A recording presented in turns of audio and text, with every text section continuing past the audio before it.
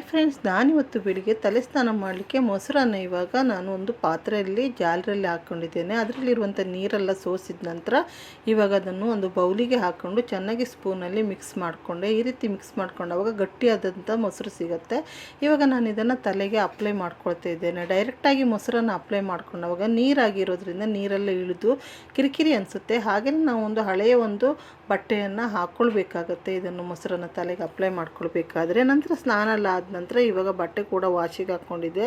ಚೆನ್ನಾಗಿ ಹೊರಗಡೆ ಬಿಸಿಲು ಬರ್ತಾ ಇದ್ದಿದ್ದರಿಂದ ಬಟ್ಟೆಯನ್ನು ವಾಶಿಗೆ ಹಾಕಿ ಬಟ್ಟೆನೆಲ್ಲ ತೆಗೆದು ಇವಾಗ ಒಣಗಕ್ಕೆ ಹಾಕ್ಕೊಂಡೆ. ಅದಾದ ನಂತರ ಇವಾಗ ರೈಸಿಗೆ ಕೂಡ ಇಟ್ಕೊಂಡೆ. ರೈಸಿಗೆ ಇಟ್ಕೊಳ್ತಿದ್ದಂತೆ ನಮ್ಮ ಮನೆಯವರು ಫಿಶ್ ಕೂಡ ತಂದು ಕೊಟ್ಟು ಹೋದರು.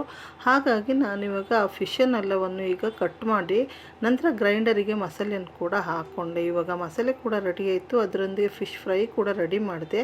ಹಾಗೆ ಹಸಿರು ಮೆಣಸಿನ್ಕಾಯಿ ಇತ್ತು, ಅದನ್ನೆಲ್ಲ ಕ್ಲೀನ್ ಮಾಡಿಕೊಂಡು ಇವತ್ತಿನ ಮಿನಿ ಲಾಗನ್ನು ಎಂಡ್ ಮಾಡಿ